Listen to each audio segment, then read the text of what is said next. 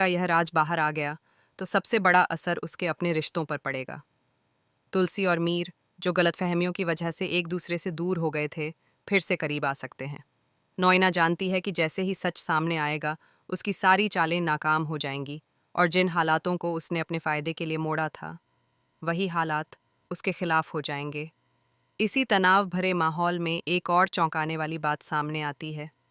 रणविजय का घिनौना सच सबके सामने उजागर हो जाता है।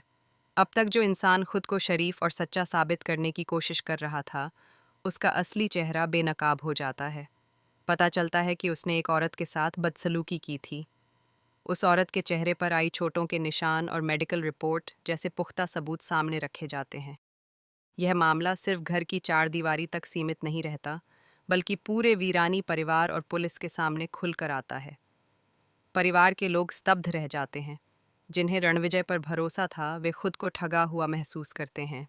जैसे ही सारे प्रूफ पुलिस के सामने पेश किए जाते हैं, कानून अपना काम करता है। पुलिस रणविजय को गिरफ्तार कर लेती है। उसकी गिरफ्तारी के साथ ही घर का माहौल पूरी तरह बदल जाता है।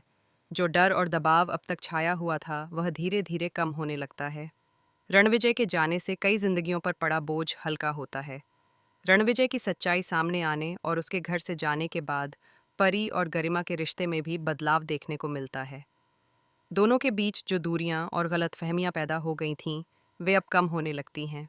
उन्हें एहसास होता है कि कई बार गलत इंसान की वजह से सही रिश्ते भी टूटने लगते हैं। अब जब वह साया हट गया है, तो दोनों एक दूसरे से खुलकर बात करने लगती हैं। पुराने गिले शिकवे धीरे धीरे खत्म होने लगते हैं और उनके रिश्ते में फिर से अपनापन लौटने लगता है। दूसरी तरफ कहानी एक नया मोड़ लेती है। गोमसी, जो अब तक चुपचाप सब कुछ देख रहा था, एक अहम कदम उठाता है। वह नोइना का एक वीडियो रिकॉर्ड कर लेता है, जिसमें नोइना खुद कबूल करती है कि उसके और मीर के बीच उस रात कुछ भी नहीं हुआ था। यह कबूलनामा उन सभी गलतफहमियों की जड़ पर चोट करता है, जिन्होंने तुलसी और मीर को अलग किया था। गोमसी समझता है कि यह वीडियो बहुत बड़ा सच है, जो सब कुछ बदल सकता है। लेकिन सच सामने लाना आसान नहीं होता। गोमसी अपनी माँ को यह बात सीधे जाकर बताने की हिम्मत नहीं जुटा पाता। उसके मन में डर है कि कहीं बात उलटी न पड़ जाए, कहीं माँ उस पर ही शक न करने लगे। इसलिए वह एक अलग रास्ता चुनता है।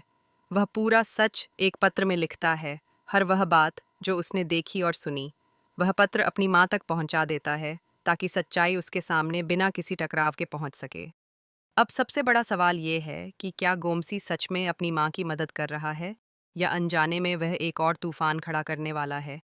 क्या यह वीडियो और वह पत्र घर की टूटी हुई कड़ियों को जोड़ पाएंगे, या फिर इस सच्चाई के सामने आने से रिश्तों में और भी उथल पुथल मच जाएगी। उधर परी की जिंदगी में भी भावनाओं का नया दौर शुरू हो जाता है।